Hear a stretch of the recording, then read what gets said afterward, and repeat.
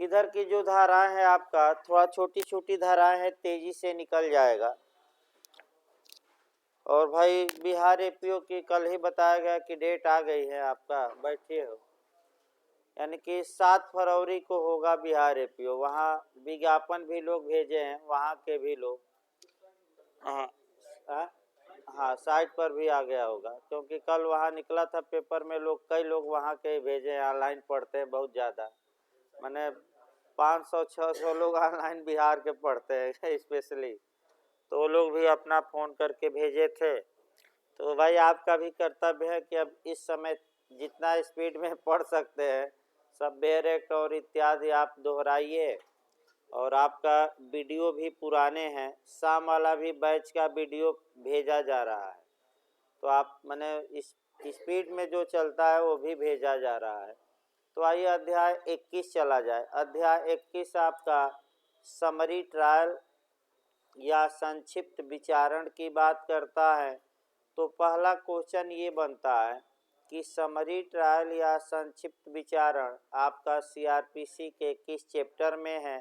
छोटे छोटे क्वेश्चन भी सतर्क रहने हैं, ये नहीं कि सामान्य क्वेश्चन गलत हो जाए। ऐसा क्वेश्चन भी बिहार और तमाम आयोग पूछ रहे हैं कि समरी ट्रायल किस चैप्टर में है। तो चैप्टर 21।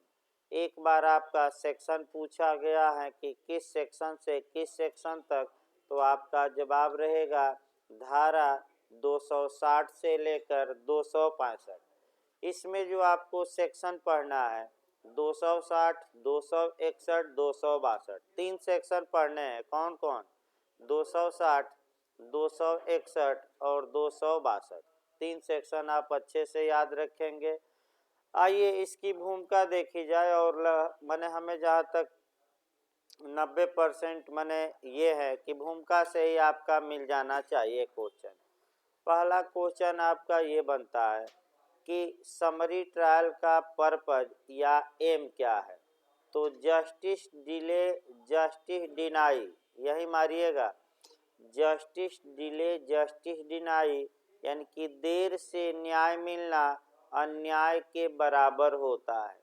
अतः छोटे अपराधों में, अर्थात ऐसे अपराधों में जिसमें सजा कम हो, कानून ये कहता है कि जल्दी से जल्दी उस मुकदमे को निपटाया जाए, यानी कि जल्दी से जल्दी उस मामले में क्या किया जाए, निर्णय दिया जाए, लंबा न खींचा जाए मामला।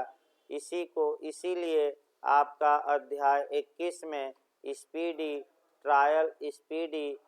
ट्रायल का, यानी कि आपका समरी ट्रायल का प्रावधान किया गया है। दूसरा क्वेश्चन आपका बनता है कि संक्षिप्त विचारण किन अपराधों का होता है, वारंट मामलों का कि समन मामलों का कि दोनों का। ये क्वेश्चन अच्छा बनता है, तो कुछ वारंट मामलों का और कुछ समन मामलों का। ये लिखिए, तो संक्षिप्त विचारण किन मामलों का ये पूछा गया है। तो संक्षिप्त विचारण किन मामलों का, तो बस शॉर्टकट में लिखिए, कुछ समन मामलों का, कुछ वारंट मामलों का। केवल समन ना मार दीजिएगा, कुछ समन मामलों का और कुछ वारंट मामलों का। वाइब्रेट, देखिए आपका ये क्वेश्चन भी बना है कि समरी ट्रायल आपका किन अपराधों का, तो कुछ समन अपराधों का, कुछ वारंट। इसके बाद आपका बना है उत्तराखंड में क्वेश्चन कि संक्षिप्त विचारण में सामान्यतः कौन सी प्रक्रिया अपनाई जाती है, समन विचारण वाली कि वारंट विचारण वाली। तो समन विचारण वाली लिखिए। इसमें समन विचारण वाली प्रक्रिया अपनाई जाती है सामान्यतः। सामान्यतः कौन सी प्रक्रिया, समन विचारण वाली, ये याद रखना है। अगला जो आपका क्वेश्चन बनता है वो सतर्क रहना है, बहुत बनता है कि संक्षिप्त विचारण में अधिकतम कितना दंड दिया जा सकता है। तो ये गलत न हो, संक्षिप्त विचारण में अधिकतम केवल और केवल 3 मास तक का दंड दिया जा सकता है। ये क्वेश्चन बहुत ज़्यादा बना है। कितना दंड? 3 मास तक का, ये जरूर याद रखिएगा। अब देखिए आपका क्वेश्चन का मॉडल भाई, संक्षिप्त विचारण में दंड दिया जा सकता है, 1 मास भी दिया जा सकता है, 2 मास, 3 मास, उपर्युक्त सभी, तो सभी मारेंगे। लेकिन एक समस्या अगर आ जाए, अधिकतम दंड, शब्द को पकड़िए, दंड कितना दिया जा सकता है, तो 1 दिन भी दिया जा सकता है, 2 दिन भी, 3 दिन भी, 1 महीना, 2 महीना, लेकिन अधिकतम 3 महीना। तो कभी कल मॉडल ऐसा भी घुमावदार बनता है, जब तक अगर ये दिया रहे कि अधिकतम सजा कितनी दी जा सकती है, तब आप मार कर आएंगे 3 माह, और 1 माह 2 माह इससे कम तो दे ही जा सकते हैं, कोई रोक टोक नहीं है। इसके बाद आपका क्वेश्चन जो बनता है कि संक्षिप्त विचारण कौन कर सकता है, तो समरी ट्रायल सीआरपीसी में आपका जो करने का अधिकार है, कोई मुख्य न्यायिक मजिस्ट्रेट या महानगर मजिस्ट्रेट, लिख लीजिए। तो कौन कर सकता है संक्षिप्त विचारण, तो क्या मार कर आएंगे, कोई मुख्य न्यायिक मजिस्ट्रेट या महानगर मजिस्ट्रेट।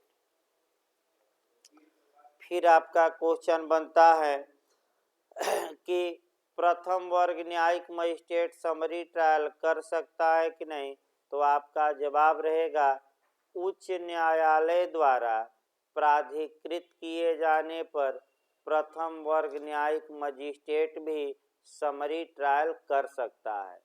एक लाइन लिख लीजिए। तो प्रथम वर्ग न्यायिक मजिस्ट्रेट तथा द्वितीय वर्ग न्यायिक मजिस्ट्रेट,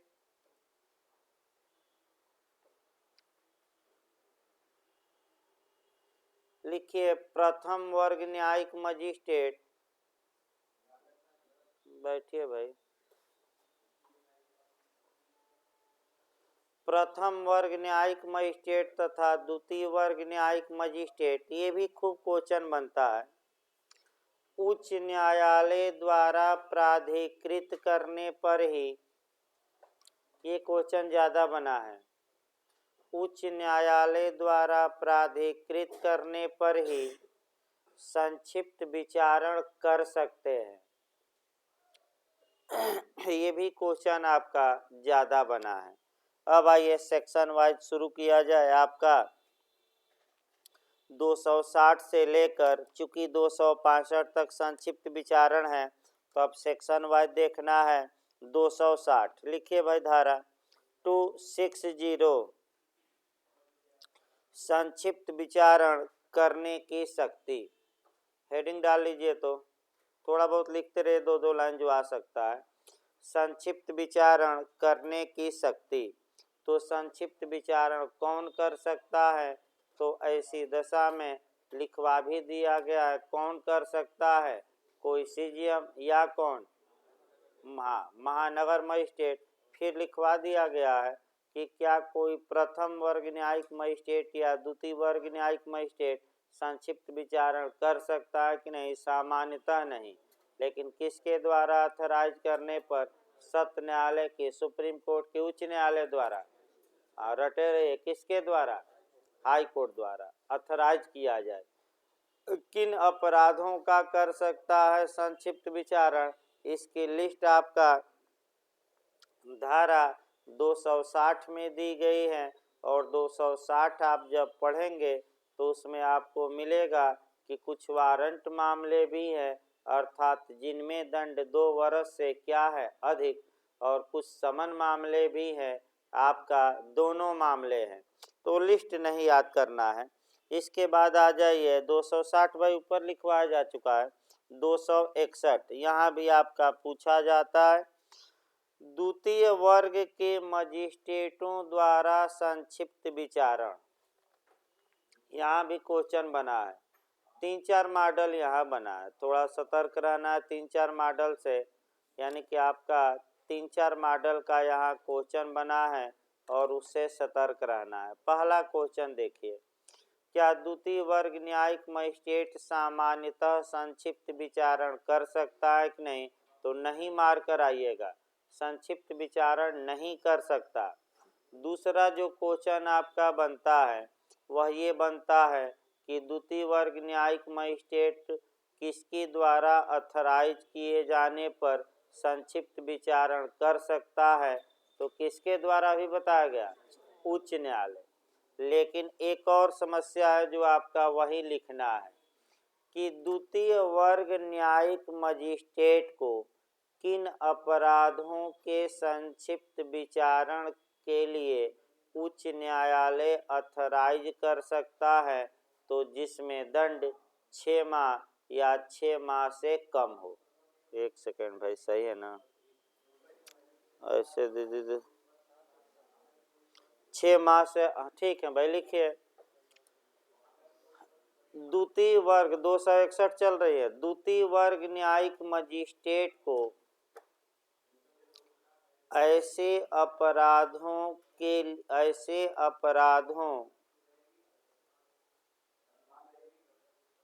के संक्षिप्त विचारण, ये अंडरलाइन किए रहिएगा।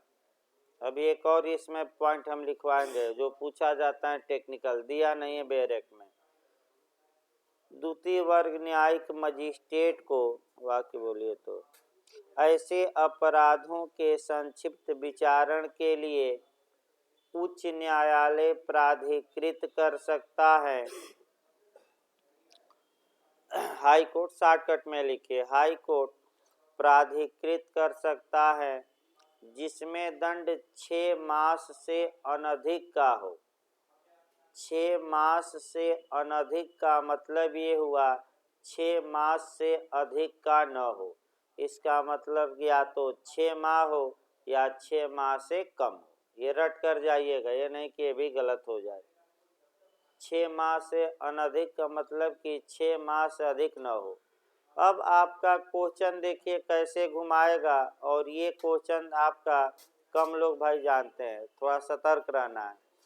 द्वितीय वर्ग न्यायिक मजिस्ट्रेट संक्षिप्त विचारण में दंड कितना दे सकता है, तो दंड में अंतर नहीं है, बस किन मामलों का समरी ट्रायल करेगा, अधिकृत किया जाएगा, तो जिसमें दंड 6 माह या 6 माह से क्या हो, कम।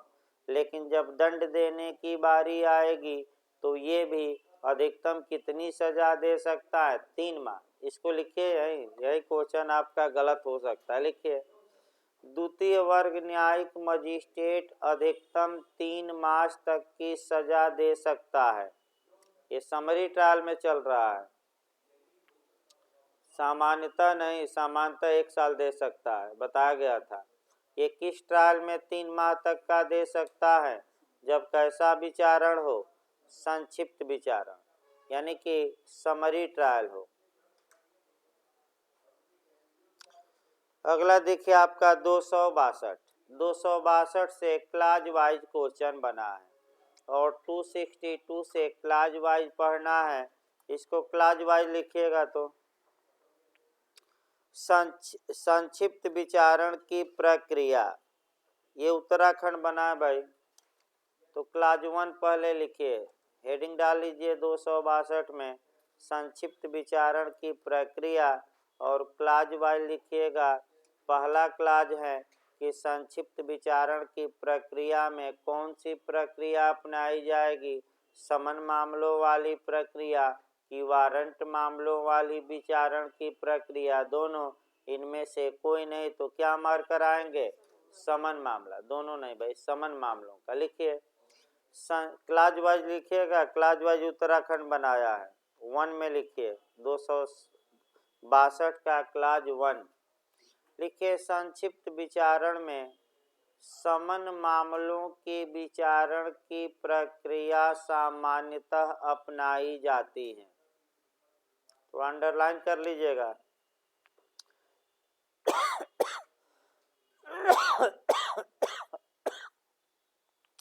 लिखिए, संक्षिप्त विचारण में समन मामलों के विचारण की प्रक्रिया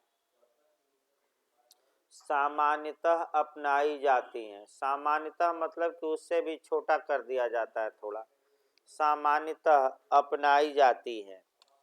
इसके बाद सबसे महत्वपूर्ण इसमें 262 में धारा है, क्लास 2 महत्वपूर्ण है कि समरी ट्रायल में जो भी करे अधिकतम सजा कितनी दी जा सकती है, तो 3 माह। लिखिए क्लास 2। देखिए क्या दिया बैरक, 3 मास से अधिक की अवधि के लिए कारावास का कोई दंड इस अध्याय के अधीन किसी दोष सिद्धि के मामले में न दिया जाएगा। ये भी आपका बहुत बार रिपीट किया है, गलत न हो। अधिकतम कितने माह तक दंड दिया जा सकता है, या दे देगा 3 माह से अनधिक। अनधिक मतलब अधिक नहीं, यानी कि या तो 3 माह या 3 माह से क्या हुआ कम। पॉइंट पकड़िए, इसको एक लाइन लिख लीजिए, 3 माह या उससे कम के अधिकतम 3 माह अधिकतम 3 माह तक की सजा दी जा सकती है। अब देखिए एक नियम लास्ट में बता दिया जाए। देखिए भाई, आपका अगर सीजीएम यानी कि चीफ जुडिशियल मजिस्ट्रेट, इस बार यूपीजे में आया था, ये अगर सामान्य ट्रायल करे तो 7 वर्ष का दंड दे सकता है और जुर्माना असीमित। लेकिन जैसे ही यह 260 वाली 260 से लेकर कहाँ तक की प्रक्रिया अपनाएगा 265, अब दंड आपका 262 का क्लास 2 कहता है कि अब 7 साल नहीं दे सकते, अधिकतम कितना 3 साल। और भी उदाहरण है, नहीं 3 माह से ही दे सकते हैं। अब समस्या देखिए, यही आपका कन्वर्ट करा दीजिए ट्रायल को ही। अगर सीजीएम को लगता है कि भाई दंड तो बहुत कम दिया जाएगा 3 मास तक ही, और समरी ट्रायल या संक्षिप्त विचारण उचित नहीं है, तो निर्णय के पूर्व कभी भी सीजीएम ट्रायल को ही चेंज कर देगा। और जैसे ही रेगुलर ट्रायल चेंज करता है समरी ट्रायल और किस में ला देता है उसे रेगुलर ट्रायल, अब अधिकतम उस मामले में कितनी सजा देने का हक हो जाएगा। तो आपका तो अगला क्वेश्चन ये बनता है कि संक्षिप्त विचारण की प्रक्रिया को परिवर्तित किया जा सकता है कि नहीं। किया जा सकता है, और वह मैं लिखवाया भी था कल एक जगह, और वह धारा है 260 का क्लाज 2। कल लिखवाया गया था, कहिए तो भाई लिखवाया जा फिर से, नहीं तो कल लिखवाया गया था डिटेल में। 4 धाराएं एक साथ आपका चली थी, फिर हम चारों धाराएं बता दें। 87 चली थी, समन के बदले या समन के अतिरिक्त गिरफ्तारी का वारंट। फिर 204(1)(b हम बताए थे, वारंट के अतिरिक्त या वारंट के बदले समन। और ट्रायल चेंज हम समन को वारंट में कराए थे 259 में, और दंड 6 माह से उसमें क्या हो अधिक। और संक्षिप्त विचारण का ट्रायल चेंज कर दीजिए, तो कौन सी धारा 260 का कौन सा क्लाज है 2। ये जरूर याद रखिए, पूछा सकता नया क्वेश्चन आपका 260 का क्लास 2। इस प्रकार आपका समरी ट्रायल भी समाप्त हो गया। अब आइए हेडिंग डालिए प्ली बार्गेनिंग। यहाँ से भी एक क्वेश्चन आपका बनेगा प्री में निश्चित तौर पे। हेडिंग डालिए अध्याय 21 से प्ली बार्गेनिंग। भाई सामान्य बातें जो 10 लाइन लिखवाई जाती है उसको जरूर रट कर जाइए, और भले बेरक कुछ कम पढ़िए। प्ली हेडिंग डालिए अध्याय 21A प्ली बार्गेनिंग। इसको हिंदी में लिख लीजिए अभिवचन का संपणन या अभिवाक सौदेबाजी। दो भाषा लिखिएगा प्ली बार्गेनिंग को। अभिवचन का संपणन हिंदी में लिखिए अभिवचन का संपणन या अभिवाक सौदेबाजी, इंग्लिश में प्ली बार्गेनिंग कहते हैं।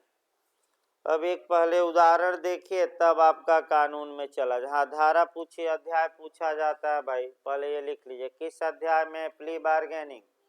21A, या हिंदी में देगा तो क लिखेगा 21 का। फिर आपका पूछा जाता है कि किस धारा से किस धारा तक एक बार पूछा गया है, तो 265A से लेकर 265L रट कर जाइएगा। कहाँ से कहाँ तक 265A से लेकर 265L कैपिटल लिखना है, स्मॉल नहीं, नई धाराएं हैं। आइए एक उदाहरण 1 मिनट देखिए, तब आपका डायरेक्ट कानून पर मान लीजिए ये एक लड़का है और ये शर्ट खरीदने गया। दुकानदार ने शर्ट की कीमत 1000 रुपया बताई, तो आप लोग भी जाते हैं तो बार्गेनिंग करते हैं। लड़के ने दुकानदार से कहा कि यदि आप 500 में ये शर्ट हमें दे दीजिए तो मैं ले लूँगा। तो दुकानदार तैयार हो गया और लड़का कितने में ले लिया? 500 में। सेम अब कानून में इसको आइए, सेम यही नियम कानून में थोड़ा लागू होता है। और जब अभियुक्त अपनी द्वारा किए गए अपराध को स्वीकार कर लेता है और मांग करता है कि हमारी सजा में कमी की जाए, तो इसी को एक लाइन में हम क्या कहते हैं? Plea bargaining. जैसे कि लड़के ने सौदेबाजी बार्गेनिंग की दुकानदार से, तो यहाँ अभियुक्त किससे करता है? आपका न्यायालय से। मैंने अपना अपराध स्वीकार कर लिया और कहा कि हमें दंड क्या दिया जाए? कम। अब अगला क्वेश्चन जो आपका लिखना है, देखिए ये जो भारत में ये सिद्धांत है ये 2005 में जोड़ा गया और सभी अपराधों में लागू नहीं होता। पहला क्वेश्चन जो बनता है कि प्ली बार्गेनिंग का अध्याय किन अपराधों में लागू नहीं होगा, वैसे यूपी में यही मॉडल बना है कि किस में अप्लाई नहीं करेगा। तो सब में ये नियम लागू नहीं होगा कि आप अपना अपराध स्वीकार कर लीजिए और न्यायालय से मांग करिए कि सजा क्या करे न्यायालय? कम। तो उसका हम लिस्ट बनाएंगे, लेकिन शुरुआत किया जाए आपका कब जोड़ा गया। लिखिए आपका भाई, पहला क्वेश्चन बन सकता है कि अध्याय 21 से कब जोड़ा गया, तो उसको लिखते रहिए। कब जोड़ा गया अभी बताया गया? 2005। लिखिए तो यह अध्याय 2005 में जोड़ा गया।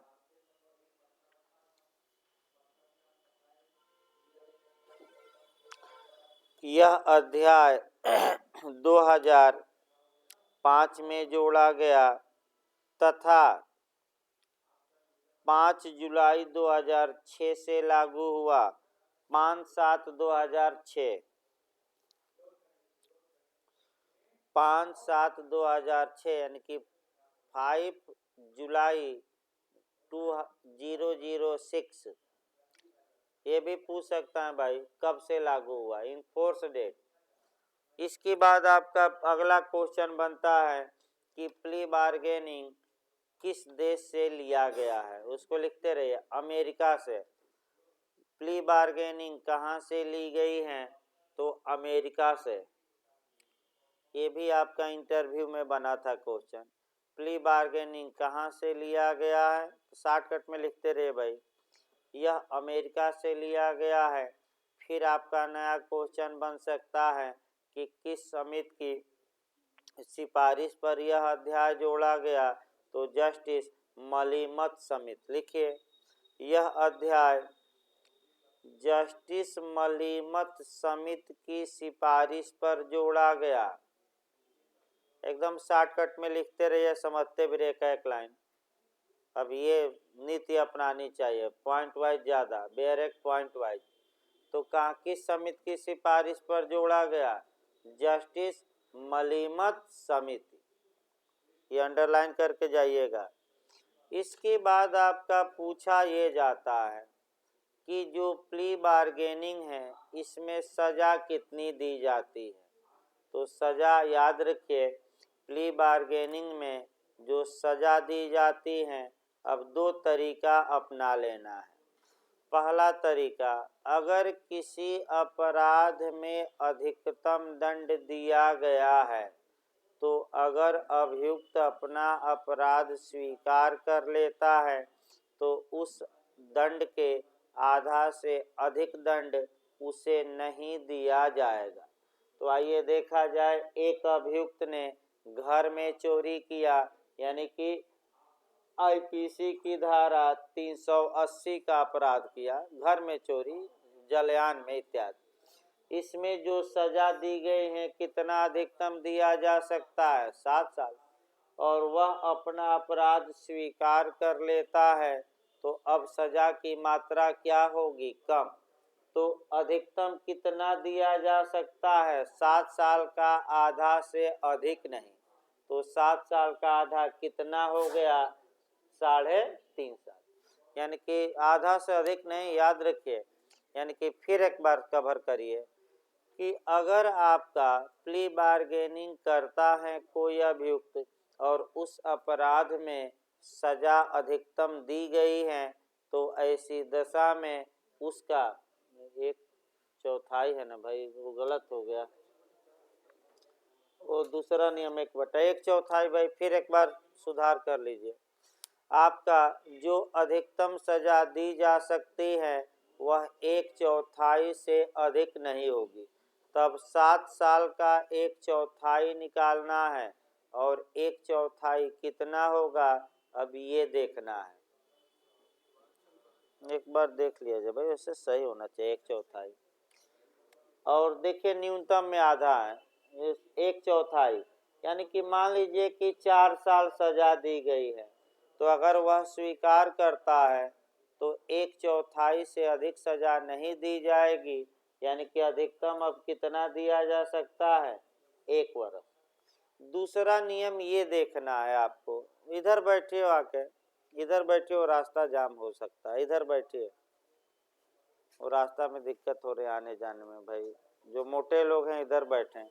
हाँ देखिए भाई, आगे आपका अगला जो आपको देखना है, अगर किसी अपराध के लिए, सतर्क रहिए, यदि किसी अपराध के लिए न्यूनतम सजा दी गई है तो ऐसी दशा में उस न्यूनतम का आधा से अधिक दंड नहीं दिया जाएगा। जैसे कई जगह लिखा रहता है कि कम से कम 2 वर्ष की सजा दी जाएगी, अधिकतम नहीं। 1-2 जगह लिखा है, कम से कम कितना?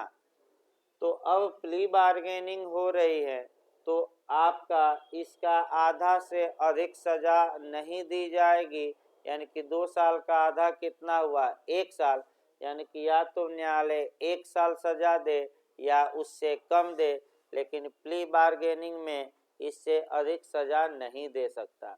इसका मतलब आपका 2 नियम बनाना है और इसको आपका लिखवाया जाएगा बेयर एक्ट के माध्यम से। यानी कि कहाँ क्या है। दूसरी बात आपको समझनी है जो सबसे महत्वपूर्ण है कि प्ली बार्गेनिंग किन अपराधों में अप्लाई होगी, ये अच्छे से जानना है और क्वेश्चन बनता है। तो हमेशा याद रखिए, ऐसे अपराध जिसमें दंड 7 वर्ष या 7 वर्ष से कम हो, उसी में केवल प्ली बार्गेनिंग भारत में लागू होगी। अर्थात इसका मतलब ये हुआ कि ऐसे अपराध जिसमें सजा मृत्युदंड हो, आजीवन कारावास हो, 7 वर्ष से अधिक हो, ऐसे मामलों में यदि अभियुक्त अपना अपराध स्वीकार भी कर लेता है तो दंड में कमी की मांग नहीं कर सकता, क्योंकि ऐसे अपराधों में आज भी ये माने प्ली बार्गेनिंग या अभिवाक सौदेबाजी लागू नहीं। तो अब आपका तो अब पूछ लेगा किन अपराधों में लागू है, तो जिसमें दंड 7 वर्ष या 7 वर्ष से क्या है? कम। ये दिमाग में बैठा लेना, किसमें लागू है? जिसमें 7 वर्ष। यही क्वेश्चन आपका गलत हो सकता है भाई, जिसमें दंड 7 वर्ष या 7 वर्ष से क्या है? कम। थोड़ा कठिन जरूर है। अब एक लिस्ट बना लेना है, वही लिस्ट बार बार आपका यूपीएपीओ जे पूछ रहा है। लिखिए, प्ली बार्गेनिंग निम्नलिखित मामलों में लागू नहीं होगी। देखिए आपका कैसे क्वेश्चन बना है, सतर्क रहना है। प्ली बार्गेनिंग निम्नलिखित, यही लिस्ट याद करके जाइएगा। अभी हम लिखवाएंगे कुछ और, आपका सेक्शन वाइज भी 1-2 पूछा जाता है, लेकिन प्ली बार्गेनिंग या अभिवाक सौदेबाजी निम्नलिखित मामलों में लागू नहीं होगी। वो सतर्क होकर ये लिस्ट याद करके जाइएगा। पहला लिखे भाई, मृत्युदंड आजीवन कारावास या 7 वर्ष से अधिक के कारावास से दंडनीय अपराधों में, इसमें लागू नहीं होगी। लिस्ट बनाकर लिखिएगा, इसी लिस्ट से क्वेश्चन यूपी एपीओजे हमेशा बनाया है। पहला लिखिए मृत्युदंड, आजीवन कारावास या 7 वर्ष से अधिक के कारावास से दंडनीय अपराधों में। भाई अच्छे से इसको तैयार होके जाइएगा। ये जो लिस्ट बन रही है 7 वर्ष से अधिक से दंडनीय अपराध, कारावास से दंडनीय अपराधों में, इसको जरूर याद रखिए। दूसरा लिखिए ऐसे अपराध जिसमें केवल जुर्माने का दंड हो, ये भी बहुत महत्वपूर्ण है। ऐसे अपराध जिसमें केवल फाइन का दंड हो, यानी कि केवल जुर्माने का दंड हो। भाई इसमें भी प्ली बार्गेनिंग लागू नहीं होती। अगला लिखिए 14 वर्ष से कम आयु के शिशु के विरुद्ध अपराध। 14 वर्ष से, यही आपका यूपी में ज्यादा पूछा गया, एज पूछी गई थी। 14 वर्ष से कम आयु के शिशु के विरुद्ध अपराध, यहाँ भी प्ली बार्गेनिंग लागू नहीं होगी, याद रखिए। अच्छे से इसको तैयार रखिए, एज पूछा गया है। एज में थोड़ा फिर कंफर्म हो लीजिए भाई, 2-3 जगह अलग से आप चाहें तो लिख सकते हैं। एक एज पर क्वेश्चन बन रहा है, तो एज पर आपका 4-5 मैं क्वेश्चन एक जगह एकत्र करवा रहा हूँ अलग से, इसको इसी में नहीं लिखना है, ये नहीं कि इसी में लिख दीजिए।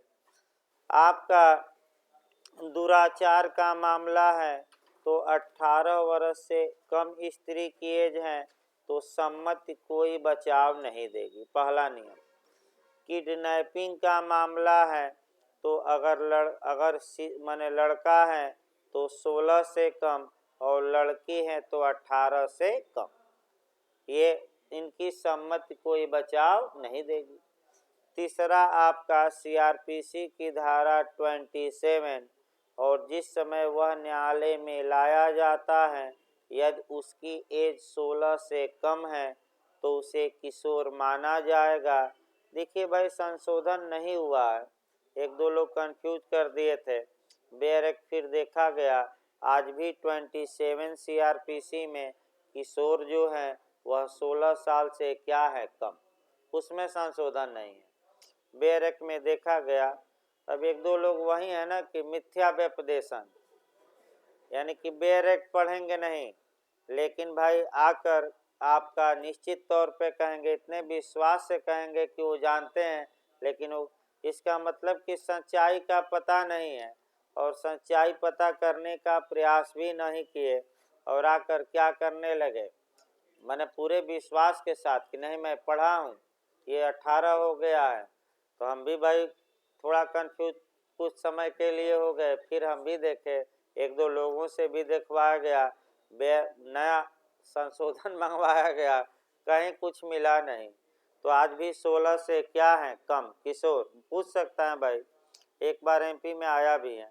इसके बाद एज में आ जाइए, आपका प्ली बार्गेनिंग में कितने साल से कम का शिशु है और उसके प्रति अपराध किए हैं तो आप स्वीकार भी करते हैं अपराध करना तो सजा कम नहीं होगी, तो 14 से कम। और धारा 160 भी आज सीआरपीसी की रखनी है, वहाँ कितना है 14 की 15 की 16 की 18, तो वहाँ आपका 15 से कम। हर एक जगह एज अलग अलग है, वहाँ आपका पूछा जाता है कितने से कम के पुरुष को बुलाया नहीं जा सकता थाने पर, तो 15 से कम। देखिए एज जरूर याद रखिए, क्वेश्चन एज पर बनता है, एक दिन मैं लिखवा दूंगा लास्ट में भाई 7-8 पॉइंट जितने हैं एज वाले।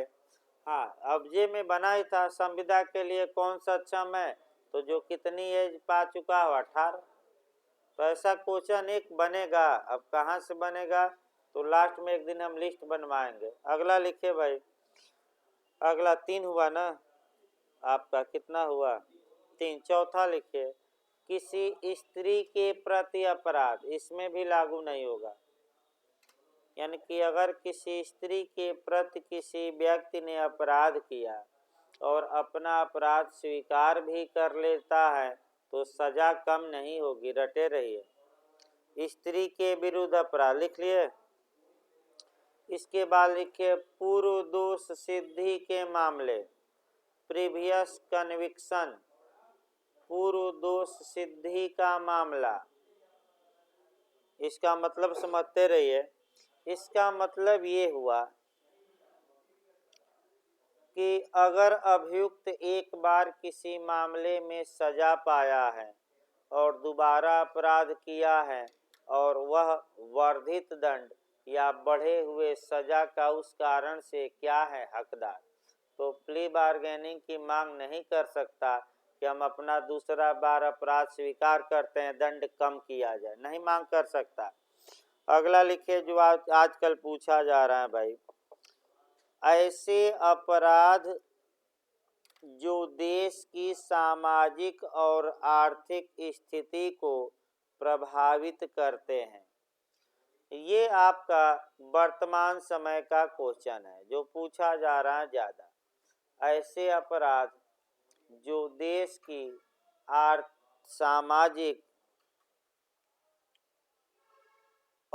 सामाजिक आर्थिक स्थिति पर इफेक्ट डालते हैं, प्रभावित करते हैं। यहाँ थोड़ा बहुत अंदर से जाकर क्वेश्चन बना है और वह क्वेश्चन ये बना है कि कौन से सामाजिक और आर्थिक अपराध के लिए कौन निर्धारित करेगी कि कौन से अपराध सामाजिक और आर्थिक हैं जिसमें प्ली बार्गेनिंग लागू नहीं होगा। तो इसमें जो ऑप्शन दिया था आपका, वह दिया था, कह सकते हैं कि केंद्रीय सरकार, राज्य सरकार, दोनों, इनमें से कोई नहीं। तो आपको सतर्क यहाँ रहना है। कौन निर्धारित करते हैं कि कौन से अपराध सामाजिक और आर्थिक आपका स्थिति को प्रभावित करते हैं, कौन निर्धारित करेगा? केंद्र सरकार। ये क्वेश्चन वर्तमान समय का क्वेश्चन है और ये ज़्यादा पूछा जा रहा है। लिखिए उसको, कोष्ठ में लिख लीजिए भाई, कोष्ठ में उसी के आगे लिखिए। तो इसका निर्धारण केंद्रीय सरकार द्वारा किया जाएगा। ये क्वेश्चन ज़्यादा बन रहा है, सतर्क रहिए, राज्य सरकार न मार दीजिएगा। इसका निर्धारण किसके द्वारा? केंद्रीय सरकार द्वारा।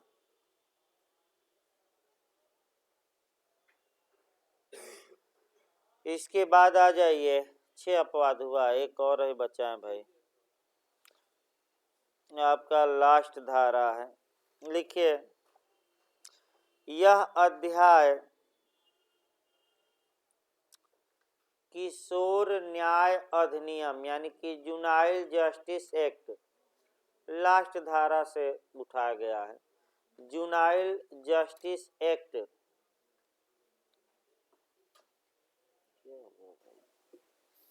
हेलो बताइए हो,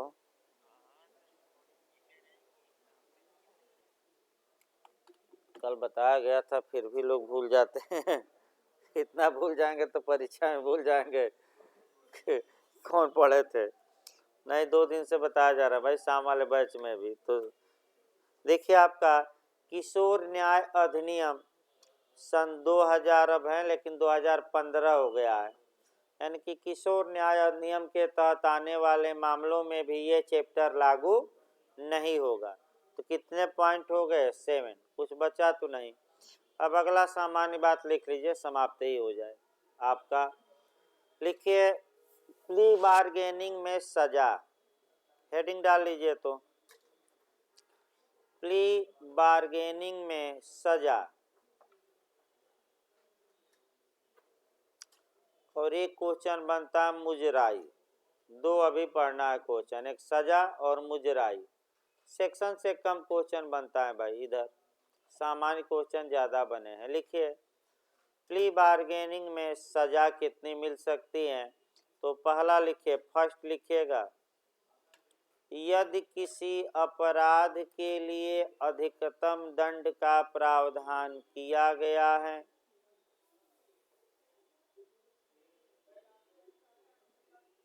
यदि किसी अपराध के लिए अधिकतम दंड का प्रावधान किया गया है,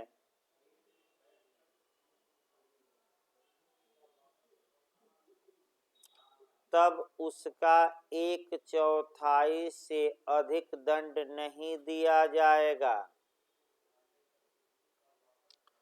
तब उसका 1/4, ये भी याद रखना है, 1/4 से अधिक दंड नहीं दिया जाएगा। ये पहला नियम है दंड का। दूसरा नियम लिखिए, यदि किसी अपराध के लिए दंड न्यूनतम दिया गया हो, माने कानून में कि कम से कम इतना न्यूनतम दिया गया हो, तब उसका आधा से अधिक दंड नहीं दिया जाएगा। यहाँ आधा से अधिक, ये भी पॉइंट पकड़ना है, कितना से अधिक दंड नहीं दिया जाएगा, आधा से अधिक। ये हो गया सामान्य आपका। इसके बाद आपका सेटअप या मुजराई या प्रतिसाधन, हेडिंग डालिए, यहाँ से भी क्वेश्चन बनता है। सेटअप, सेटअप कहा जाता है भाई, या मुजराई या हिंदी शुद्ध हिंदी में प्रतिसाधन, सेटअप। अब यहाँ से आपका पिछली बार भी क्वेश्चन बना था, चांस है क्वेश्चन बनने का। पहला क्वेश्चन ये बनता है, देखिए आपका सेटअप होता क्या है भाई, पहले एक उदाहरण देखिए। मान लीजिए कोई अभियुक्त है और आपका अपराध किया, पकड़ा गया और बिना जमानत के जेल में रहा, तो कुछ दिन तो जेल भुगवाया जाए। तो मान लीजिए 10 दिन जेल में रहा और 10 दिन बाद उसकी क्या होती है, जमानत। फिर आपका जमानत के बाद मुकदमा भी चलता रहता है, अंत में निर्णय आता है और निर्णय ये आता है कि इसे 30 दिन के लिए, 20 दिन ही कराया जाए, इसे 20 दिन के लिए कारावास का दंड दिया जा रहा है। ये जजमेंट आया, यानी कि फैसला लास्ट में आया। अब ये समस्या है कि उसी मामले में फैसला के पूर्व या जजमेंट के पूर्व वह कितने दिन तक जेल में रह चुका है, 10 दिन, और सजा अब लास्ट में कितनी दी गई है, 20 दिन। तो इस 20 दिन में ये 10 दिन मुजरा कराया जाएगा, घटाया जाएगा, कटौती कराई जाएगी कि नहीं, कराई जाएगी। तो 20 दिन में से 10 दिन क्या हो जाएगा, माइनस। तो और वह कितने दिन जेल में अब रहेगा, निर्णय के बाद कितने दिन, 10 दिन। इसी को भाई सेटअप कहते हैं। अब इसी में आपका पूछ लेगा दूसरा कि 1 साल निरुद्ध रहा, 3 साल सजा दी गई, तो क्या 1 साल 3 साल के मुकाबले मुजरा कराया जाएगा कि नहीं, कराया जाएगा। अब बस आप ये टाइम बदलते रहिएगा, 1 साल 2 साल 5 साल 7 साल। अब 10 दिन 20 दिन मैं लिखा हूँ, यहाँ 3 साल दे देगा, 90 दिन दे देगा, 260 दिन दे देगा, 5 साल दे देगा। घबराना नहीं है, सारे नियम क्या चलेंगे, इसी पर। अब समस्या ये आई कि क्या प्ली बार्गेनिंग में भी ये लागू होगा, निश्चित रूप से लागू होगा, इसमें कोई शक नहीं है। यानी कि जो 1/4 या आधा दंड अधिकतम दिया जा सकता है, उसमें से भी जो वह पहले उस मामले में जेल में भुगत चुका है, उतना क्या किया जाएगा फिर बाद में, माइनस। तो प्ली बार आपका मुजरा कहाँ कहाँ है, तो कम से कम वो सेक्शन याद रखिए, लिखिए भाई। प्ली बार्गेनिंग में मुजरा का प्रावधान धारा 265I में है, लिखिए उसको, सब जगह मुजरा लिख लीजिए। वो डांस वाला नहीं मुजरा, ये नहीं कि वो सपना चौधरी का डांस देखकर मुजरा कराइए, ये दूसरा मुजरा है। हाँ, तो कई लोग अपना इधर बैठे आकर आराम से, जगह तो है जगह, बैठिए। देखिए आपका लिखिए प्ली बार्गेनिंग में मुजरा का प्रावधान कहाँ है, तो कहाँ बताएंगे 265 I। इसके बाद आपका मुजरा का प्रावधान सामान्यतः कहाँ है, वो भी पूछा गया जेएमएपीओ में। सीआरपीसी की धारा 428 लिखिए, सीआरपीसी की धारा 428 में, भाई अच्छे से याद रखिए, सीआरपीसी की धारा 428 में मुजरा है।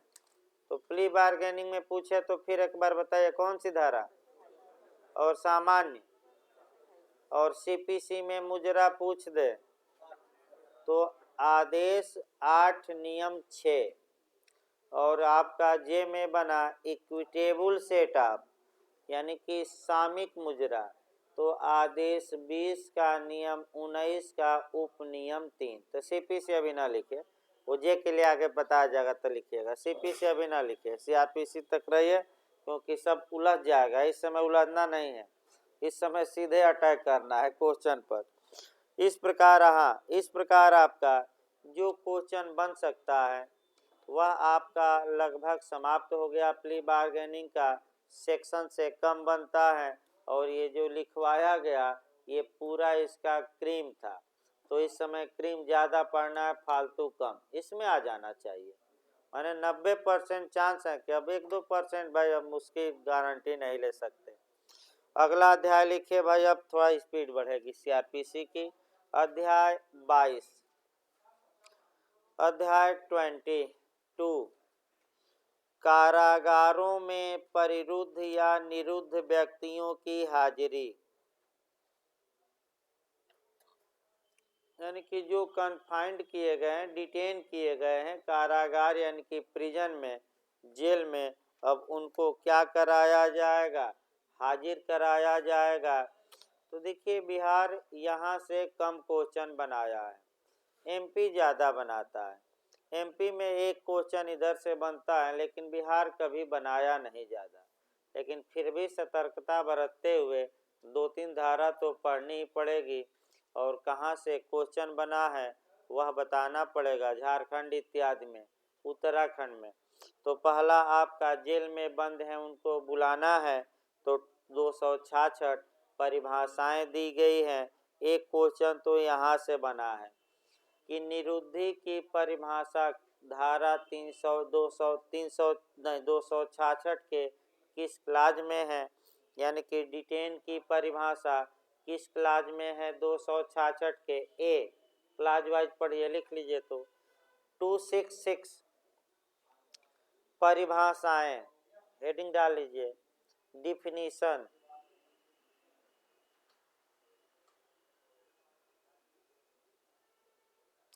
लिखिए 266 निरुद्ध की परिभाषा दी गई है, डिटेन करना, बंदी बनाना, ना है तो आराम भाई नए लोग लिख लीजिए, बंदी बनाना। इसके बाद लिखिए 266 बी कारागार की, यानी कि प्रिजन की परिभाषा दी गई है। प्रिजन कारागार, भाई स्कूल भी हो सकता है, अस्पताल भी हो सकता है, जहां राज्य सरकार घोषित कर दे, वो केवल जेल नहीं, आवश्यकता पड़ने पर कोई स्कूल या हॉस्टल भी क्या घोषित किया जा सकता है, जेल। ये कौन घोषित करती है, सरकार। तो परिभाषा आपका बस निरुद्धि की परिभाषा पूछा जाता है।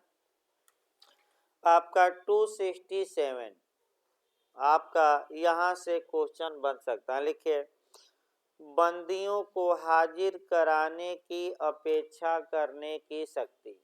भाई बहुत पढ़ना तो अंदर से आप पढ़ सकते हैं, कोई रोक टोक नहीं है, लेकिन हम वही बताएंगे जो आ सकता है वर्तमान समय में। बंदियों को हाजिर कराने की अपेक्षा करने की शक्ति,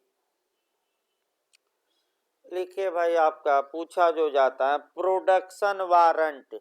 लिखिए इस धारा में प्रोडक्शन वारंट का प्रावधान है, हिंदी में उत्पादन वारंट, ये पूछ सकता है नया क्वेश्चन। प्रोडक्शन वारंट या उत्पादन वारंट, ये नया क्वेश्चन आ सकता है, अंडरलाइन करिए, अभी बता रहे हैं क्या होता है। प्रोडक्शन वारंट या उत्पादन वारंट, या अगली भाषा में लिखिए वारंट बी। वारंट बी भी कहा जाता है। वारंट बी का प्रावधान कहाँ है? तो आप कौन सी धारा? बी, बी बाल वाला बी, बॉय वाला बी लिखना है, वारंट बी। तो प्रोडक्शन वारंट बहुत अच्छा है। देखिए भाई, आपका मान लीजिए ए एक अभियुक्त है और प्रयागराज के न्यायालय के आदेश से आपका नैनी जेल में बंद है, और वह बनारस में भी अपराध किया था, और बनारस का न्यायालय भी उसे बुलाना चाहता है, जबकि किसके आदेश से वह नैनी जेल में बंद है? प्रयागराज। तो बनारस का न्यायालय जेलर के नाम वारंट जारी करेगा, तो उसी वारंट को प्रोडक्शन वारंट या उत्पादन वारंट या वारंट बी कहा जाता है। अब नैनी जेल का जेलर बनारस ले जाने से कुछ दशाओं में क्या कर सकता है? इनकार। कुछ दशाओं में क्या कर सकता है? इनकार कर सकता है। तो बस प्रोडक्शन वारंट ये जानना है कि जब कोई व्यक्ति किसी न्यायालय के आदेश से निरुद्ध हो और दूसरा न्यायालय जांच या विचारण की कार्यवाही के लिए उसे एपीयर कराना चाहता है, तो दूसरा न्यायालय जेलर के नाम कौन सा वारंट जारी करेगा? वारंट बी, प्रोडक्शन वारंट, या इसी को हिंदी में क्या कहते हैं? उत्पादन वारंट। ये उत्पादन वारंट किस सेक्शन में है? तो कौन सा सेक्शन मारेंगे? 267। इसको रटिए, ये पूछ सकता है नया क्वेश्चन, कम लोग जानते हैं। और यही 2-3 क्वेश्चन आपको क्या बढ़ाएंगे पीओ में बिहार आगे, बस 3-4 क्वेश्चन बढ़ाएंगे, और तो सभी लोग पढ़ ही रहे हैं। कौन भाई बैठा थोड़े हैं कोई, सभी पढ़ रहे हैं। बस 2-3 क्वेश्चन ही आपको क्या करना है, बिहार में अन्य लोगों से आगे बढ़ना है। अगला लिखिए, इसके बाद 271 रट कर जाइएगा। 271 आपका यहाँ से ज़्यादा क्वेश्चन बनता है। चूँकि देखिए इसलिए यहाँ से बनता है कि कमीशन या आयोग के बारे में जारी करना आयोग अलग प्रावधान है, और आपका आगे आएगा। लेकिन बस एक ये बन चुका है क्वेश्चन भाई आपका, थोड़ा अंडरलाइन करिए, बहुत महत्वपूर्ण है। ये उत्तराखंड में बना है, झारखंड में भी 2 जगह बना है, रिपीट कर सकता है। 271, कारागार में साक्षी की परीक्षा के लिए कमीशन जारी करने की शक्ति। यानी कि अगर कोई गवाह जेल में बंद है तो न्यायालय उसे माने न बुलाए, आप न्यायालय चाहें तो उसे कोर्ट में न बुलाकर उससे पूछताछ के लिए, उसकी परीक्षा के लिए एक आयोग बना देगा। आयोग जाएगा, उससे जेल में क्या करेगा? पूछताछ करेगा, और आकर न्यायालय को क्या देगा? रिपोर्ट। तो कारागार में साक्षी की परीक्षा के लिए कमीशन किस धारा में जारी किया जाता है? आपका 271। ये क्वेश्चन आपका फिर बता दें चांस है बनने का, क्योंकि कमीशन दूसरी जगह है, ये अलग प्रावधान हो गए। ये बना है उत्तराखंड और झारखंड में, थोड़ा सतर्क रहना। अंडरलाइन करिए, घर पर भी इसको तैयार करना, ये नहीं कि छोड़ देना है। इसके बाद आ जाइए अध्याय 23, जांच और विचारणों में साक्ष्य। आपका 272 से भी क्वेश्चन उत्तराखंड बन चुका है। 272 से लेकर आपका ये है, लगता है कहाँ 299। थोड़ा रेस्ट ले लीजिए भाई, तब आपका 15 मिनट ब्रेक ले लीजिए, तब 1 घंटा और पढ़ाते हैं। ये अध्याय समाप्त कर दिया जाएगा, यानी कि 299 तक आज क्या किया जाए? निपटा दिया जाए। उसके बाद 300 हो गया, तो बचा है कितना भाई? 484, और उसमें भी आपका 100 सवा 100 धारा पढ़नी है।